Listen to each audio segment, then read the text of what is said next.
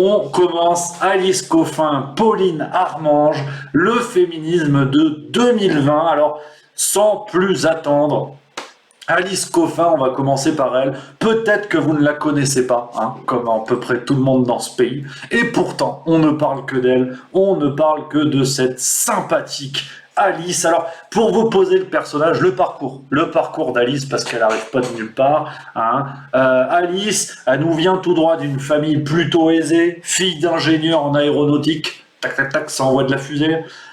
Études de philo à la Sorbonne, IEP Bordeaux, donc Institut d'études politiques pour ceux qui se sont arrêtés au CAP, diplôme du Centre de formation des journalistes en 2004, prof de journalisme à l'Institut catholique de Paris. Là, on est sur un CV. Je veux dire, bon, elle tartine pas non plus des jambons rillettes chez Marie Blachère. Donc, et auquel cas d'ailleurs, c'est ce qu'elle pourrait faire de mieux en l'état, mais c'est pas grave. Elle est également cofondatrice et coprésidente de l'Asso des journalistes LGBT et dernier fait d'armes en date, conseillère de Paris, élue en 2020. C'était il y a pas longtemps. Pour ceux qui, niveau calendrier, sont un petit peu tangents. Donc voilà un CV qui nous montre que quand cette dame parle de la misère ou de l'exclusion, bien évidemment, elle ne le vit pas. En tout cas sur le plan social, sur le plan du sexe en tant que femme, c'est une autre question. Mais elle a une solution tout à fait radicale pour lutter contre ça. Vous allez voir. Donc, pour faire la chronologie, parce qu'il faut rendre à César ce qui appartient à la salade, Alice Coffin, on a commencé à en parler avec l'affaire Christophe Girard. Vous avez peut-être suivi ça. J'en avais parlé sur la chaîne. Si vous n'avez pas fait vos devoirs, moi je ne suis pas. À un moment donné, voilà. Alice Coffin avait gueulé parce que c'est vrai que Christophe Girard, donc un membre de la mairie de Paris, très proche du pédophile et accessoirement écrivain Gabriel Matzneff, tellement proche qu'une aide, il était vraiment un maillon des aides qui ont été apportées à Christophe Girard, à Gabriel Matzneff, pardon. Donc, des liens qui étaient évidents, et pourtant Christophe Girard travaillait à la mairie de Paris. Et donc Alice Coffin, avec Raphaël Rémy Leleu, une autre féministe, avait poussé un véritable cri de gueule en pleine séance, et notamment lors du Conseil de Paris le 24 juillet 2020, un coup de gueule qui avait abouti à la démission de Christophe Girard. Anne Hidalgo avait gueulé, elle avait dit ouais, c'est un scandale, il n'y a que nous qui avons le monopole de l'enculerie, comment ça se fait que les autres s'en servent? Donc il y avait eu tout un bordel, mais il faut reconnaître en toute humilité que ce coup de gueule, à mon avis, avait été plutôt salvateur dans la mesure où il avait permis d'exclure de la mairie de Paris un proche notoire d'un pédophile avéré. L'enquête est d'ailleurs en cours. Donc, on avait commencé à parler véritablement, récemment d'Alice Coffin avec cette affaire-là. Mais il y a d'autres faits d'armes qui sont passés un peu sous le manteau. Hop, je suis là, je suis pas là. En 2018, il y a 2 ans, pareil, pour les amoureux du calendrier. En 2018, Alice Coffin avait dit sur RT France, c'est la chaîne des Russes. Bon, apparemment, des fois, les gens du camp du bien y vont.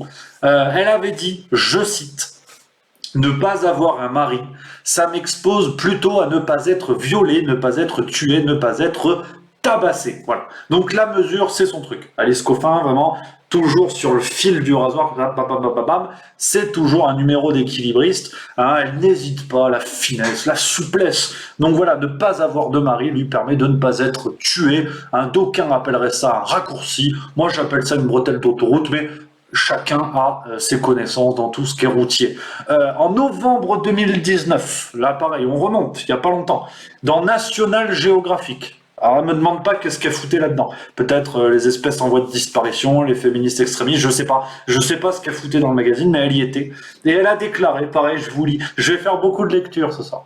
Déjà parce que c'est ma chaîne YouTube et que je fais ce que je veux. Mais c'est surtout parce que j'ai des sources, donc je vous lis ce qu'il y a dans les sources. Comme ça, opération main propre. Elle a dit dans National Geographic, donc, qu'elle souhaitait éviter toute critique publique envers d'autres femmes en position de pouvoir. C'est un exercice difficile car certains n'agissent pas en féministes, mais il me semble indispensable si nous ne voulons pas entretenir la misogynie. Concentrons en public nos attaques contre les hommes, soyez exigeantes, devenez lesbienne, ou du moins apprenez à vous passer du regard des hommes. Donc voilà à peu près où on en est. C'est-à-dire que c'est une bataille rangée pénis against clitoris. On dirait un groupe de rock des années 60, mais là je viens de l'inventer, donc je cherche pas. Donc voilà à peu près où on en est, la visée sociale, si vous voulez, de ce féminisme, qui non content de vouloir l'égalité, demande le remplacement des hommes, le remplacement, si vous voulez, de la situation, l'inversion de la situation, où plutôt que de refuser l'existence d'une victime, qui serait aujourd'hui la femme, on voudrait une nouvelle victime qui serait l'homme. Donc c'est plus du tout un souci d'égalité, on est véritablement dans un souci d'inversion. Et donc, voilà, dernier événement, elle nous a fait un livre, Alice Coffin. Ça aurait été con de s'arrêter là. Je veux dire, Zizou, quand il fait des roulettes, derrière, il va au but. Bon, bah là, elle est allée au but. Avec un livre qui s'appelle Le génie lesbien. Ça, c'est comme ça. Publié aux éditions Grasset. Donc, c'est pas quand même la maison d'édition du chat qui pète. On est quand même dans un gros truc. Mais on va reparler des maisons d'édition que j'adore, qui font vivre le monde du livre. Quand même pas, mais bon, faut quand même pas nous prendre pour des jambons de Bayonne. Donc, Alice Coffin, dans son livre Le génie lesbien, défend ce qu'elle appelle le suprématisme lesbien. Alors pareil, moi, des fois, je comprends pas tout. Déjà, bon, t'as vu ma gueule, je suis pas un premier de cordée. Mais des fois, je comprends. Suprématisme blanc, je vois à peu près. Suprématisme lesbien, là, il y a plein de moments comme ça ce soir qui vous attendent où franchement, allez, je me sens un peu comme Marlène Schiappa au salon de l'intelligence. Tu sais que je passe devant les stands, mais je sens bien que ma place n'est pas ici. Et donc, dans le livre, Alice Coffin, dans son livre, Alice Coffin compare les hommes à, je cite, des assaillants. Pourquoi pas. Et deuxième citation, elle nous dit que il ne suffit pas de nous entraider, il faut à notre tour les éliminer. Voilà. Alors, quand elle dit les, bien sûr, elle parle pas des hérissons ou des termites de chantier, elle parle des hommes. Voilà. Il faut éliminer les hommes. Je sais pas, je pensais que c'était une incitation à la haine. Enfin, il me semblait, mais bon, apparemment ça va. Donc voilà, Alice Coffin, dans son quotidien, pour lutter, elle a arrêté de lire des livres écrits par des hommes, d'écouter de la musique composée par des hommes, ou de regarder des films réalisés par des hommes. Ouais. Mais elle est éditée chez Grasset, qui est dirigée par Olivier Nora, qui, jusqu'à preuve du contraire, est un homme. Donc voilà, enfin, c'est ce qu'on appelle un engagement PQ, comme j'appelle ça, c'est-à-dire tu te torches dès que tu peux. Donc voilà à peu près où on en est. Je ne parlerai pas d'hystérie, je ne suis pas médecin, je vous donne les faits, vous faites les constats que vous voulez, mais ça va quand même loin. Ça va loin, mais bon, c'est comme ça. Donc, Alice Coffin incarne à elle seule, mais c'est pas fini. Je vais vous parler après de Pauline Armange, vous allez voir. Alice Coffin incarne ce fameux droit à la différence et à la visibilité qui se conquiert en l'enlevant aux autres. C'est-à-dire qu'on gagne des droits quand on les enlève aux autres. Belle vision de la société qui, assurément, va nous amener vers le progrès. Cette fameuse intolérance qui n'est pas pour tout le monde. Donc voilà à peu près où on en est. Mais elle n'est pas toute seule. C'est ça le problème d'ailleurs. Elle n'est pas toute seule. C'est un peu comme les Pokémon. Alice Coffin, évolution Pauline Armange. Ça va encore plus loin. Pauline Armange, je ne connaissais pas. J'ai appris il y a 2 semaines, comme tout le monde d'ailleurs. Personne ne connaissait. Mais on ne parle que de ça, donc t'as pas le choix. Donc Pauline Armange, c'est une militante lilloise. Bon, jusque-là, elle a le droit. Qui a écrit un livre qui s'appelle « Moi les hommes, je les déteste ». Voilà. C'est paru en octobre 2020 aux éditions du Seuil. Alors la petite histoire, à la base c'était dans une maison d'édition associative avec peu de moyens, peu d'exemplaires, Monstrator, je ne sais plus le nom, si vous l'avez en commentaire n'hésitez pas. Une maison dirigée notamment par Martin Page, écrivain, et une autre dame, je ne me rappelle plus le nom. Et ce livre, voyant la possibilité d'un scandale et donc d'un succès financier, les éditions du Seuil l'ont republié à plus gros tirage, bien évidemment. Donc voilà un peu l'opportunisme de ces débats-là qui naissent aussi quand même pour retirer un petit peu de pognon. Donc Pauline Armange, j'ai découvert, parce que je ne connaissais pas, j'ai découvert parce qu'il y a eu une critique sur son livre dans Libération. C'est comme ça. On ne choisit pas. Libération, c'est Libération. Donc, je vous ai choisi des petits extraits de la critique. Vous allez voir la critique. C'est pas trop une critique, mais vous allez voir, c'est croustillant. Et puis, je vais vous révéler un truc d'ailleurs. Enfin, vous révéler, c'est écrit sur l'article, mais il y a un truc qui est délicieux. Restez là, j'en vois qui ricane. Dans l'article, il y a écrit, première citation, effacer les hommes plutôt que de perdre une précieuse énergie à les combattre ou à tenter vainement de les éduquer. Qu'aujourd'hui, dans Libération, on parle d'effacer les hommes, ce qui nous rappelle les plus belles pages de notre histoire. Deuxième morceau de cet article, mais finalement, plus on avance dans le livre, plus les hommes sont relégués au rang de figurants, tout à fait dispensables, car dans les faits, et malgré les apparences, ils le sont. Voilà. Voilà. Et voilà également ce qu'on peut lire dans le livre, une citation qui est reprise dans l'article de Libération. Voilà ce qu'on peut lire dans le livre de Pauline Armange. Détester les hommes et tout ce qu'ils représentent est notre droit le plus strict. C'est aussi une fête. Qui aurait cru qu'il y aurait autant de joie dans la misandrie? Voilà. Voilà ce qu'on peut lire dans le livre. Je suis allé jusqu'à lire Marie-Claire. Comment tu crois que j'ai ce teint à aller? Et Pauline Armange a été interviewée dans Marie-Claire pour un livre imprimé à 2500 exemplaires. Hein. Comme quoi, apparemment, il y a d'autres intérêts qu'un simple livre. Et Pauline Armange nous dit, alors là, pareil, moi, je n'ai pas compris. Si vous avez compris, vous dites, parce que moi, je ne sais pas. D'un point de vue factuel, on ne peut pas comparer les deux. La détestation des hommes n'est pas aussi dangereuse que celle des femmes. On le constate avec les féminicides, les attentats, et même dans un rapport plus quotidien. Voilà, les attentats, qui n'ont tué que des femmes, d'après Pauline Armange, apparemment. Faudra dire ça aux familles des victimes d'attentats qui sont des hommes, on leur dira non, mais finalement bien fait. Tu vois. Donc voilà à peu près pour vous faire le tour de la question. Très franchement, on va être clair, j'ai pas lu ce livre.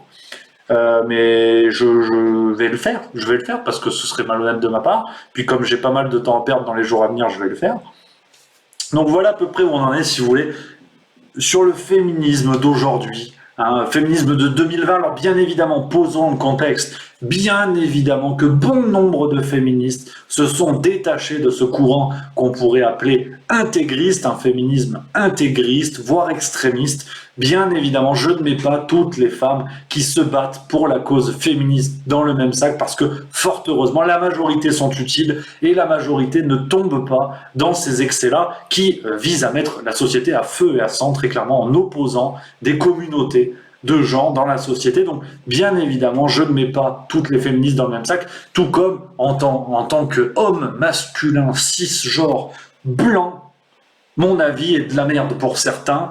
Mais bon, j'ai le droit de le dire encore un petit peu, parce que on verra, Geoffroy de la Gasnerie, il veut plus, mais je vais vous en parler.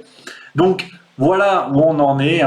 Très franchement, si on prend les citations d'Alice Coffin ou de Pauline Armange, si on remplace le mot homme par n'importe quel autre terme, le mot femme, le mot noir, le mot juif, le mot gros, le mot handicapé, très clairement, on est poursuivi par la justice. Et il me semble que quand on dit effacer les hommes plutôt que de perdre une précieuse énergie à les combattre ou à tenter vainement de les éduquer, il me semble que c'est quand même quelque chose de pas très bien.